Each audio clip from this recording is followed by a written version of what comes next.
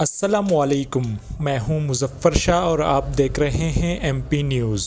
ناظرین، عورت بلا شبہ اللہ کی ایک بہترین تخلیق ہے، لیکن ازل سے ہمیشہ تنقید کا نشانہ یا ظلم کا شکار رہی ہوتی چلی آئی ہے۔ عورت کو زحمت سمجھا گیا، بے وقوف کہا گیا، گھر میں بوجھ قرار دیا گیا، حتیٰ کہ دور جاہلیت میں بیٹیوں کو زندہ درگور کر دیا جاتا تھا۔ ستی کی رسم عام تھی، جبکہ اس دور میں بھی خون بہا کے بدلے میں بچیوں اور عورتوں کے لیے ونی جیسی رسم موجود ہے۔ قبائلی علاقوں میں آج بھی جائیداد کی خاطر عورتوں کا نکاح قرآن پاک سے کرا دیا جاتا ہے۔ انہی منفی رویوں کی بدولت خواتین کے حقوق اور ان کے تحفظ سلب کیے جانے کا سلسلہ تاحال جاری ہے۔ آج خواتین ہر پروفیشن میں قدم رکھ چکی ہے، چاہے وہ ڈاکٹر ہو یا انجینئر، استاد ہو یا رائٹر، جرنلسٹ ہو یا پائلٹ، یا سیاست اور میڈیا، خواہ ہر میدان میں مرد کے شانہ بشانہ کام کر رہی ہے، مگر اتنی بلندیوں پر پہنچ کر بھی اپنے حقوق اور عزت کو مرد کی غلیظ نظر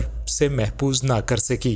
دور جدید میں ہوا کی بیٹی محفوظ نہیں، آج بھی آسمان کو چھونے والی خواتین کو زمین پر پٹخ دیا جاتا ہے، جبکہ عورت تو نازک پھول کی مانند ہے جو چھونے سے اور ٹہنی سے توڑنے پر مرجھا جائے۔ ان کی تحفظ انتہائی ضروری ہے۔ عورت کے کئی روپ ہیں، جن میں بیک وقت ماں ہے تو جنت، بہن ہے تو عزت، بیوی ہے تو گھر کی زینت، اور بیٹی ہے تو رحمت۔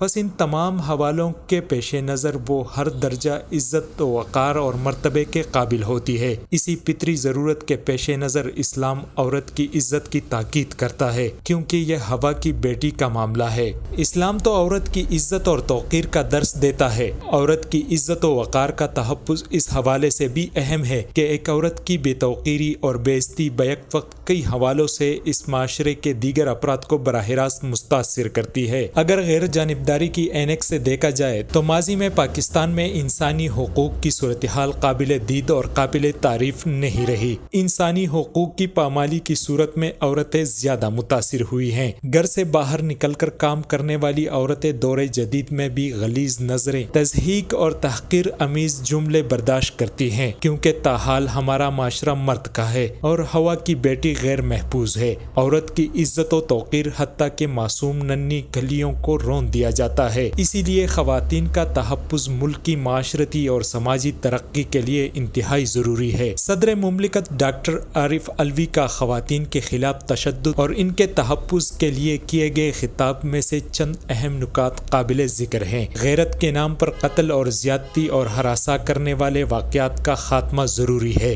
عورتوں اور بچوں کے خلاف جرائم کا خاتمہ کرنا ہوگا۔ پارلیمنٹ میں عورتوں کے خلاف جرائم روکنے کے لیے مؤثر قوانین بنانے چاہیے۔ عورتوں اور بچوں کے خلاف مقدمات کا فیصلہ 6 ماہ میں ہونا چاہیے۔ خواتین کو شریعت کے مطابق ان کا وراثت میں حصہ ملنا چاہیے۔ خواتین کو بااختیار بنائے بغیر اہداف حاصل نہیں کیے جا سکتے۔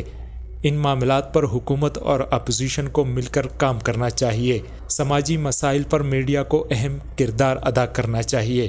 عورت کی تحفظ کو یقینی بنانا تو مرد کی صفت میں رگے خون کی مانند ہونا چاہیے، جو کہ اب نافید ہو چکا ہے۔ عورت کا استحصال بند کیا جائے۔